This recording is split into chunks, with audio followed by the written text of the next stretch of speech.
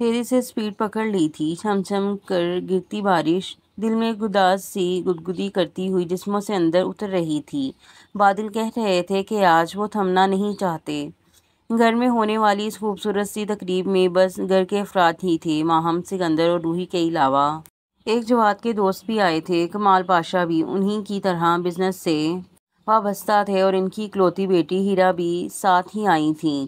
یہ وہی لڑکی تھی جو حمزہ کے لیے پسند کی گئی تھی، بہت سلجھی اور میچور دکھائی دیتی۔ ہیرا تو حمزہ کی طرح ہی گریسفل تھی، اس کی گال پر ڈمپل خاص توجہ کا مرکز تھا۔ دونوں کی عمر بھی ایک جتنی تھی۔ مکمل کے مہمان خصوصی عبید ملک تو بلیک شرٹ شیروانی میں الگ ہی وجاہت اور خوبصورتی کا شاہکار دکھائی دے رہے تھے، مگر جب اپنے شیروانی کوٹ کے بٹن کرتا ارسل کے ساتھ باہر آیا تو پہلی نظر مکمل سکندر پر پڑی۔ گہرے سرخ اور سلور کلر کی ساڑی دیکھ کر ہی اس کو غضب چڑھا تھا، باقی کی کسر اس کے چہرے کے میک اپ لال لپسٹک نے پوری کر دی تھی۔ دل تو اس کا مکمل کو یہیں سے جا کر خونخوار طریقے سے جھنجھوڑنے کا کیا تھا، مگر وہ خود پر ضبط کیے محفل کے ادب میں برداشت کر گیا تھا۔ نافرمانی اور ڈٹائی کی بھی حد تھی۔ گو مکمل سکندر اس پوری مکمل میں سب سے دلفریب اور روح افزا لگ رہی تھی، مگر وہ عبید ملک کی بے چینی اور بے قراری کو شعلے کی مانند بھڑکا گئی تھی۔ خود مکمل کی تیکھے تاثر میں لپٹی نظر عبید پر تھی، جسے وہ اس زلزلے کو مزید جلا کر بہت لطف اندوز ہو رہی تھی۔ ارسل بھی ڈارک گرین سی گریسفل شرٹ کے ساتھ ہاف وائٹ پینٹ اور بلیک اینڈ سلور شیڈڈ کوٹ پہنے الگ ہی آفت مچا رہا تھا۔ ہارون اور نمرا بھی اسی کے ہمراہ آئے تھے، جو سب بڑوں کے ساتھ گپ شپ میں مگن تھے۔ مکمل اب بڑی ہی نغمگی والی چال چلتی عبید کی سمت آئی، جبکہ اب ارسل حیا کی طرف گیا تھا۔ حیا مکمل اور سعد کے ساتھ تھی۔ ارسل صاحب کہاں ہار ماننے والے تھے، محبوب کے در پر دستک دیتے رہنا ہی اس کا فرض تھا۔ کیسی لگ رہی ہوں؟ چہرے پر کمال کی ہنسی سجائے مکمل اس اکڑو کو خڑوس بنے کھڑے عبید کے سامنے آتے بولی تھی۔ عبید کا دل تو اس قدر حسن پر دھڑکنا ہی بھول گیا تھا، وہ اس قدر حسین لگ رہی تھی کہ موصوف پلکیں جھپکانا تک فراموش کر دینا چاہتے تھے۔ فوراً اس سے پہلے منہ پر تنی ناگواری لائے وہ کچھ پر اسرار ہوا۔ زہر لگ رہی ہو؟ ناراضگی عیاں ہوئی تو مکمل بھی منہ بسوڑ کر اسے گھور چکی تھی۔ خود تو وہ شہد جیسا میٹھا تھا، مگر باتیں واقعی زہریلی کرتا تھا۔ اچھی بات ہے، اس زہر سے 2 فٹ کی دوری رکھیے گا۔ اور آپ زہریلے ناک لگ رہے ہیں، آپ کی ناک پہ بیٹھا غصہ آپ کو ایک دن کالا کر دے گا۔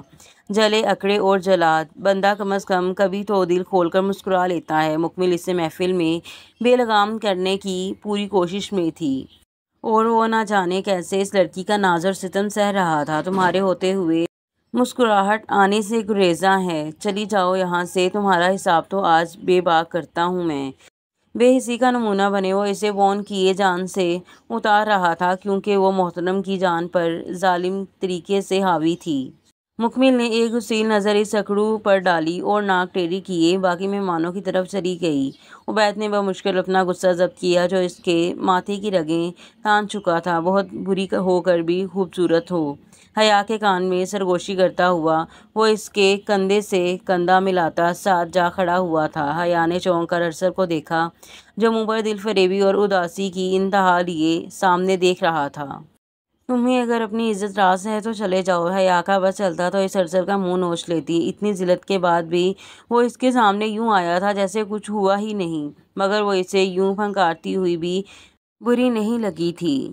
ہائے یہ شہزادہ ارسل، اس عشق میں یہ عزت ہی تو راس نہیں رہتی۔ اور تمہیں کس نے کہا میں یہاں ہوں؟ چلا گیا ہوں، کوئی اور ہوتا تو مر گیا ہوتا۔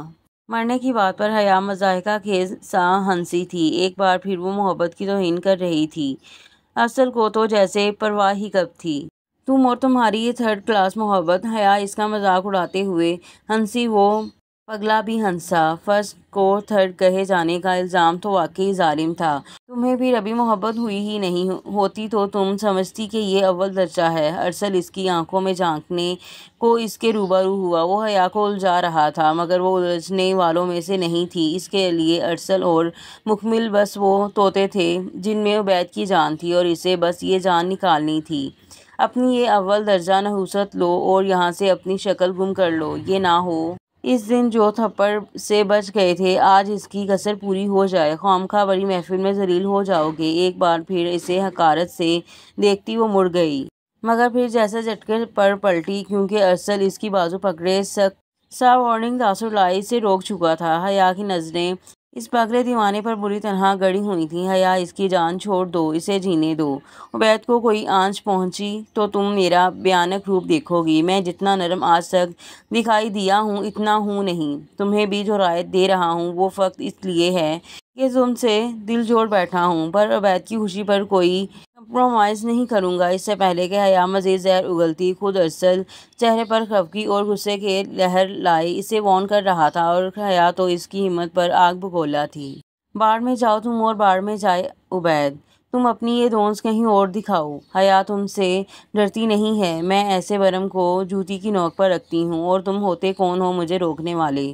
اپنے کام سے کام رکھو، ورنہ ان کا تو پتہ نہیں میں تمہارا حشر ضرور کر دوں گی۔ حقارت اور نفرت سے وہ ارسل پر ایک ایک لفظ واضح کیے اس کی گرفت کو جھٹکتے ہوئے مکمل اور سعد کی طرف چلی گئی تھی۔ میں ہوتا کون ہوں بہت جلد بتاؤں گا تمہیں۔ حیا، ارسل کی ہمت اور محبت کو بہت ہلکا لے بیٹھی ہو تم، پر اب ارسل کا وقت آنے والا ہے، بہت جلد تمہیں سرپرائز دوں گا۔ پر اسرار سے انداز میں بالوں میں ہاتھ پھیرتا وہ آج کسی اور ہی دل فریبی میں لپٹا بولا تھا۔ کچھ دیر کھڑا رہنے کے بعد وہ بھی عبید کی طرف بڑھ گیا تھا۔ عبید، یہ کیا طریقہ ہے؟ چھوڑے میری بازو۔ اپنی بازو کو عبید کی گرفت میں مضبوطی سے جکڑا محسوس کرتے ہوئے وہ باقاعدہ چلائی تھی۔ پارٹی ختم ہو چکی تھی، سب مہمان بھی جا چکے تھے، اور اب مکمل کی سزا کا وقت شروع تھا۔ اسے مسلسل بازو سے پکڑتے ہوئے وہ کمرے میں لے جا کر دروازہ بند کرنے کے بعد اسے ایک جھٹکے سے اپنے روبرو لایا تھا۔ مکمل کا پلان کامیاب ہو چکا تھا۔ محترم تو بے قراری سے سارے فنکشن کے دوران بس فنکشن کے ختم ہونے کے منتظر تھے، اور اب مکمل آئی تھی اس پہاڑ کے قبضے میں۔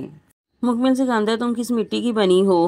بولو، جب منع کیا تھا کہ تم یہ سب خود سے نہیں جوڑو گی، پھر تم نے میری بات کیوں نہیں مانی؟ عبید کے چہرے پر تاریکی نے مکمل کو بھی کچھ لمحے کو پریشان کیا تھا، مگر اسے ابھی اس شخص کو مزید تکلیف دینی تھی۔ میں آپ کی غلام نہیں ہوں۔ کل آپ نے میرے لیے اپنی نیند حرام کرنے کا اکلوتا سکھ مجھ سے ایک اور ناانصافی کر کے چھین لیا ہے، مجھے کسی اور کی چیز دے کر۔ تو پھر میں کس لیے آپ کی مانوں؟ جب آپ میرے نہیں ہیں تو مکمل آپ کی کیوں بنے؟ کیوں میں اپنی سانس تک آپ سے پوچھ کے لوں؟ بولیں اب آپ۔ مکمل اس سے زیادہ غصے میں اس کی جادوئی آنکھوں سے بنا خوف کھائے اس کے چہرے کے سامنے چہرہ لائے چلائی تھی۔ ساڑی والی بات بھی اس نے عبید کو مزید تحش دلانے کے لیے ڈکی اور چھپی سی شامل کر لی تھی۔ تمہیں پہلے بھی بتایا تھا، اب بھی بتاتا چلوں کہ میں تمہارا حاکم ہوں اور تم میری قیدی۔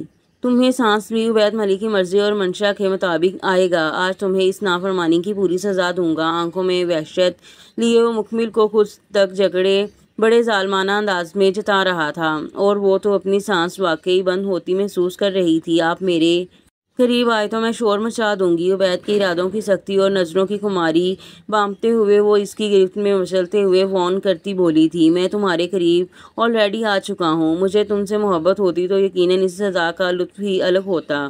بقول تمہارے، مجھے تو تفریح کا سامان بنانے کی عادت ہے، میں کسی کی بھی چیز اٹھا کر کسی کو بھی دے دیتا ہوں، مگر نہیں، تم تو اتنی بھی جگہ پر نہیں کہ یہ تک بن سکو۔ مجھے تمہارے اس چہکتے روپ سے نفرت ہو رہی ہے۔ یہ چہرہ قابل رحم ہے، یہ ہونٹ تو مجھے خونی لگتے ہیں، خون ہی تو میرا چوستی جا رہی ہو، تبھی میری رگیں خالی ہو رہی ہیں۔ تم اب میرے سامنے بھی آؤ تو مجھے نظر نہیں آؤ گی۔ ایک ہی جھٹکے سے وہ مکمل کو دھکیلتا ہوا سارے پرانے کھاتے اور موجود والے بھی چکتا کرتا کچھ دور ہٹا۔ مکمل کی آنکھوں میں آنسو لڑکتے چلے گئے۔ واقعی یہ شخص جانور تھا، جیسے لفظوں کے ذریعے اگلے کو قتل کرنا بھی آتا تھا۔ مکمل کا دل اس بے حسی اور سنگ دلی پر ریزہ ریزہ ہوا تھا۔ آپ سے بڑا ظالم اس روئے زمین پر نہیں ہے عبید ملک۔ یہ جو روپ ہے صرف آپ کے لیے تھا۔ آپ نے مجھے سمجھ کیا رکھا ہے؟ بیوی ہوں یا کوئی بازاری عورت؟ ایسے لفظ مجھ پر آپ کیسے انڈیل سکتے ہیں؟ سچ کہتی ہے حیا، وہ سب سچ کہتی ہے۔ آپ اسی کو ملتے تو اچھا ہوتا، کم از کم میری قسمت تو سیاہ نہ ہوتی، میرے نصیب میں سب ہوتا، پر آپ سا خود پسند نہ ہوتا۔ مکمل کی گداز سی آنکھیں برسات کی طرح چھلک پڑی تھیں۔ وہ اتنا سخت رو رہی تھی کہ اسے دیکھ کر وہ ہونک زدہ سا لڑکھڑا کر اس تک دوبارہ پہنچا۔ اسے دکھ ہوا کہ وہ یہ کیا کر دیتا تھا۔ ٹھیک ہے، اپنی قسمت روشن کر لو، چلی جاؤ مجھ سے دور، گیٹ آؤٹ، میرے دل سے، میرے دماغ سے، میری خوشی کے راستے سے، ہر جگہ سے جاؤ۔ تم سن رہی ہو؟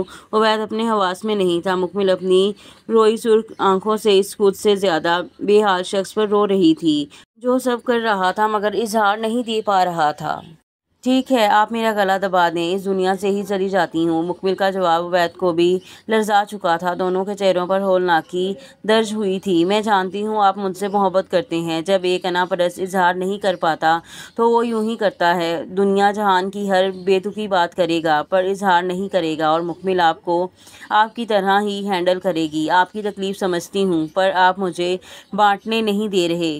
آپ کا چہرہ تو میری جان بنتا جا رہا ہے، یہ آنکھیں اور یہ دل تو میرا وجود شل کر دیتا ہے۔ اے اذیت کے پرستار، تیرا سکون مکمل ہے پر ایک مفرور کو سکون کیسے مل سکتا ہے بھلا؟ جتنی آپ خود کو اذیت دیں گے میں بھی اتنی سہوں گی۔ آپ ڈھیٹ ہیں تو میں بھی بڑی والی ہوں۔ دل میں وہ اس الجھے بے حال شخص کی آنکھوں میں جھانکے خود بھی گر جانے والی ہو کر تکلیف سے سوچ رہی تھی۔ عبید پتھرایا ہوا تھا۔ کیسی پتھر ہو تم، پاس آ کر مسیحائی بھی نہیں دیتی اور دور جا کر رہائی دینے سے بھی انکاری ہو۔ مکمل سکندر، باخدا تم مجھے مار دو گی۔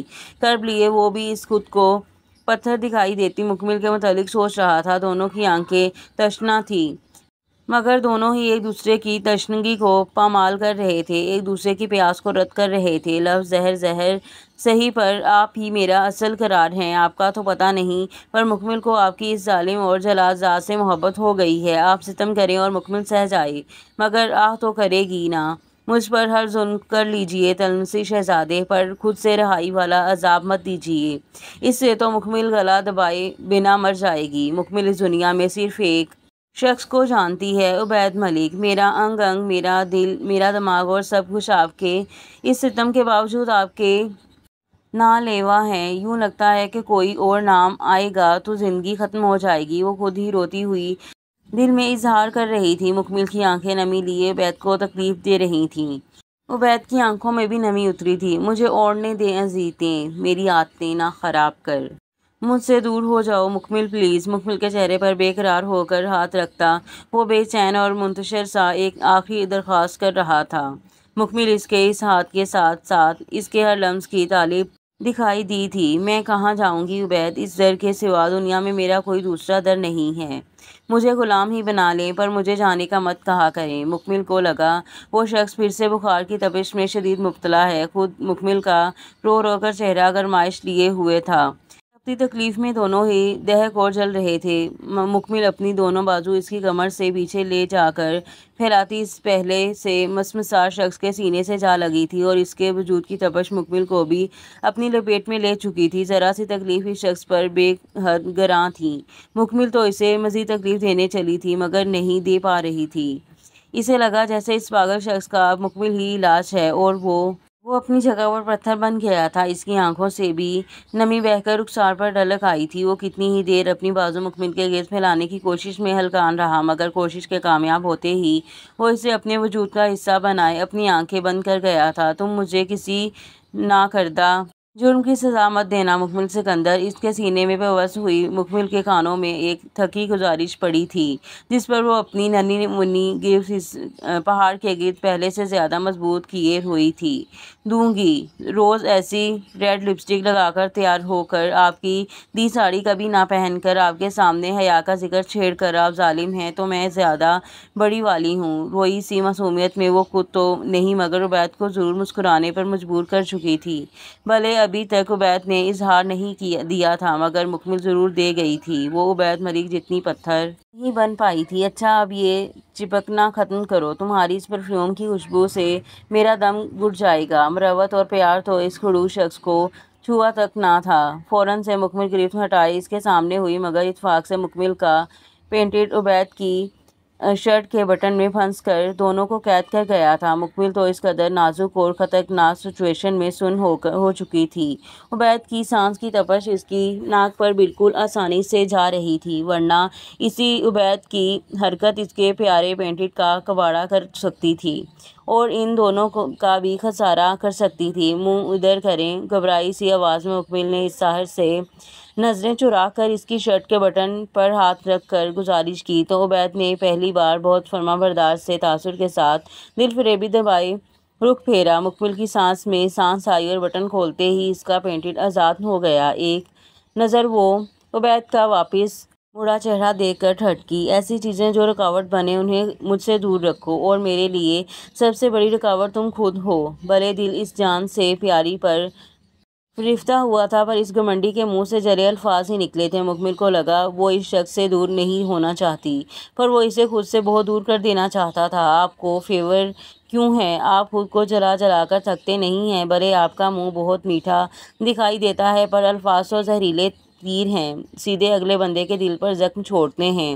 کاش آپ تھوڑے خوش مزاج ہوتے، پر نہیں، آپ تو بیچاری کے منہ سے جانور پھسلتا پھسلتا رہ گیا تھا، کیونکہ عبید اپنی نظریں دوبارہ گسیل کر چکا تھا۔ اسی لمحے مکمل کو لگا اس کا سانس بند ہوا ہے۔ ایک بار پھر وہ اسے بری طرح جکڑ چکا تھا۔ ایک تو اس بندے کے جھپٹنے کی بھی کوئی ٹائمنگ نہیں تھی، پر کوئی نہیں، یہ تو اب مکمل کی پسندیدہ گرفت تھی۔ تم مجھے جانور بننے پر مجبور مت کرو مکمل سکندر، اپنے چہرے اور وجود سے میری یہ ناپسندیدہ رنگ میں ڈوبی اشیا ہٹاؤ جا کر۔ امید کروں گا کہ تم آگے سے کوئی غلطی نہیں کرو گی۔ رہی بات اس جنن کی، تو یہ عبید ملک کے وجود کا حصہ ہے اور رہے گی۔ تم اس سے دور رہو۔ عبید کی سانس تپش میں اٹھی تھی۔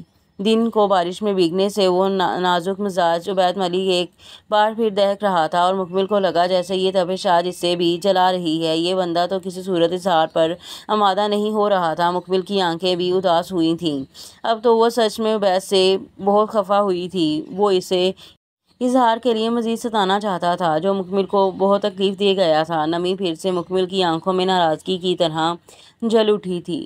میں آپ کی کوئی بات نہیں مانوں گی، چھوڑیں مجھے۔ آپ میری کسی رعایت یا محبت کے قابل نہیں ہیں۔ آپ بہت بے حس ہیں۔ اب میں خود سے آپ کی ہر ناپسندیدہ چیز جوڑوں گی، چھوڑیں مجھے۔ دکھ اور شکایت سی آنکھوں میں بھرے وہ اس شخص کو ہلکان کرتی ہوئی اپنا بازو چھڑوائے واش روم کی طرف بڑھ گئی، اور وہ ہونک زدہ سا اپنے اندر کی بے چینی اور انتشار سے الجھ گیا۔ اپنے باری قدم اور ناڈال صورت لیے وہ گریبان کے اوپر والے 2 بٹن کھولتا صوفے پر ہی نیند دراز ہوا تھا۔ یہ وہ کیا کر رہا تھا، اس پر اسے بھی افسوس تھا، سخت افسوس۔ کبھی کبھی دل نہیں، دل کا سکون بھی لٹانا پڑتا ہے۔ میں اتنا بے بس کیوں ہوں کہ وہ مجھ سے میرا سکون مانگتی جا رہی ہے، اور میں بھی دیتا جا رہا ہوں۔ محبت و روزے والی وابستگی سے کی تھی، پر میری عید کہاں رہ گئی ہے؟ میری قسمت کے آسمان کا چاند ابھی تک کس گمنامی کے بادل میں چھپا ہے؟ اگر یہ محبت اس قدر بیکار ہوتی تو میرے دل میں یہ سکون نہ ہوتا۔ بے شک یہ ثمر آور ہوگی۔ مجھے آپ پر بھروسہ ہے پروردگار، سب کو ہنسانے والا ارسل اپنی ہنسی صرف آپ سے مانگتا ہے۔ مجھے میری ہنسی بھلے دیر سے دیجیے گا، پر مجھے اس شرف سے محروم مت کریے گا۔ آپ جانتے ہیں کہ ارسل منصور بھلے جتنا بھی منافق اور برا کیوں نہ ہو، بدنیت نہیں ہے، اور آپ تو نیتوں کا پھل دینا خوب جانتے ہو۔ رات کی اس پہر اداس سی دل فریبی میں لپٹا ارسل منصور اپنے سب سے بہترین روپ میں تھا۔ ہلکی ہلکی بوندا باندی ابھی تک جاری تھی۔ یوں لگتا تھا کہ بارش نے اپنا ڈیرا جما لیا ہے۔ لون کی گھاس پر گرتی وہ مدھم بوندیں مٹی میں جذب ہو کر ارسل کا وجود مہکا رہی تھیں۔ وہ آسمان پر پھیلے ان گنت کالے بادلوں سے پرے موجود اس رب سے مخاطب تھا۔ ہلکی ہلکی بوندیں ابھی بھی ارسل کی شرٹ میں بوس ہو رہی تھیں۔ بارش کا یہ سلسلہ آج پورا دن وقفے وقفے سے جاری رہا تھا۔ نہ جانے یہ بادل بھی کیا چاہتے تھے، کیوں اس قدر بے لگام ہو رہے تھے، کیوں اس قدر بے حال کر رہے تھے۔ برخودار یہ ہلکی ترنگ زدہ بارش میں چپ چاپ ٹہل رہے ہو، آخر کیا ماجرا ہے؟ تمہاری ماں کو فکر ہے کہ بیٹا کسی الجھن میں ہے؟ اپنے کندھے پر مضبوط ہاتھ کا لمس اور عقب سے ہارون منصور کی ڈوبدار آواز سنے وہ شہزادہ مسکرا کر پلٹا تھا۔ وجاہت میں ارسل سے کئی گنا طاقتور دکھائی دیتے ہارون اب آنکھوں میں تجسس کا رنگ لیے مقابل تھے۔ ماں تو ہوتی ہی فکر کے لیے ہے ہینڈسم۔ کبھی کبھی یوں ہی بلا وجہ ان خاموش ترنگوں کو سننا چاہیے۔ روح بہت بہترین سیراب ہوتی ہے۔ آپ کیوں آ گئے؟ آ جائیں اندر سنجیدہ سے بابا حضور کو بھی وہ پگلا لاجواب کر دیتا ہے، مگر آج تو ارسل کے چہرے کا اضطراب انہیں بھی بے چین کر چکا تھا۔ مسکان سے وہ ارسل کو ساتھ لگائے اندر بڑھ گئے، جہاں نمرا زبردست چائے اور پکوڑے ریڈی کروا چکی تھیں۔ گو رات گہری تھی، پر دونوں کا دل یوں ہی ارسل کے ساتھ وقت گزارنے کا کیا تھا۔ ویسے بھی وہ 1 گھنٹہ پہلے ہی عبید کی طرف سے آئے تھے۔ لو نمرا، تمہارے اس شریر بچے پر بھی شرافت کا نزول ہوا چاہتا ہے۔ یہ تو وہ سبق پڑھ رہا ہے جو ماں باپ نہیں بلکہ صرف زمانہ سکھا سکتا ہے۔ صوفے پر مدھم سی دلکشی کہہ کر دراز ہوتے ہارون کی بات پر اس طرف آتی نمرا بھی ہنس دی تھی، جبکہ ارسل ضرور ابا جان کی بات پر رخ پھیرے پتھرائی حیرت کا شکار ہوا تھا۔ زمانے کا سیکھا ہی زمانے کے ساتھ چل سکتا ہے، یہ بھلے اتنا مرضی شریف ہو جائے، میرے لیے تو میری خوشی ہنسی کا واحد سہارا ہے۔ آپ ہی ذرا اسے سختی سے سمجھا دیں کہ اپنی شرارتیں چھوڑنے کا سوچے بھی مت۔ کیا بنے گا ہمارا نمرا محبت لٹاتی نظروں سے ارسل کی چاند جیسی صورت دیکھے۔ اسے کب تمہارے بڑے مان سے بولی تھی، جس پر ارسل کی رشک زدہ نظر ماں کا صدقہ اتار چکی تھی۔ ہارون بھی نمرا سے متفق لگے تھے۔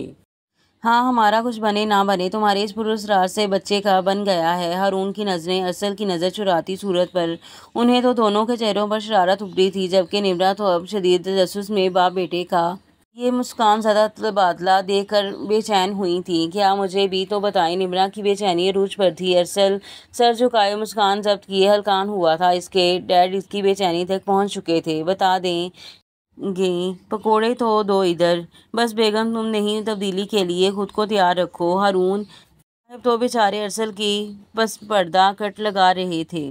نمرا بھی اس بار ارسل کا شریر ایکسپریشن دیکھتی ہوئی دونوں کو پکوڑے سرو کر رہی تھی۔ کچھ تو انہیں بھی اب اندازہ ہو گیا تھا، مگر فی الوقت وہ حساب تھا کہ پردہ ہی رہنے دو، پردہ نہ اٹھاؤ، پردہ جو اٹھ گیا تو راز کھل جائے گا۔ تینوں ہی کافی دیر گپ شپ کرتے رہے تھے۔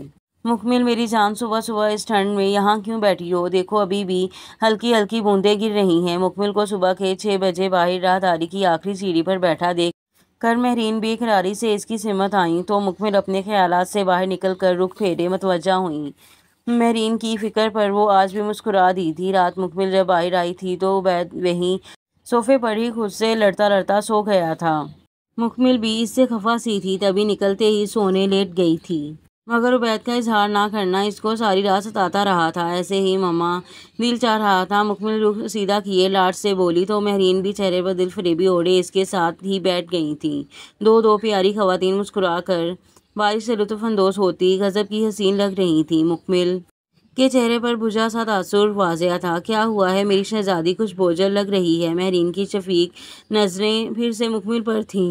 دل میں وہ ان ماں بیٹی کے اس قدر متضاد ہونے پر افسردہ تھی۔ کاش وہ ٹیلا بھی اس جیسا نرم ہوتا، پر وہ تو اکڑا ٹیلا ہے جو ٹوٹ سکتا تھا مگر جھکنا اس کے لیے ناممکن تھا۔ رات وہ ٹھیک سے سوئی نہیں تھی اور وہ پریشانی میں اپنا چہرہ بھی بجھا بیٹھی تھی۔ اور یہاں پر ایپیسوڈ کا اختتام ہوتا ہے اور ملتے ہیں اگلے ایپیسوڈ میں۔ تب تک کے لیے دیں مجھے اجازت۔ اللہ حافظ۔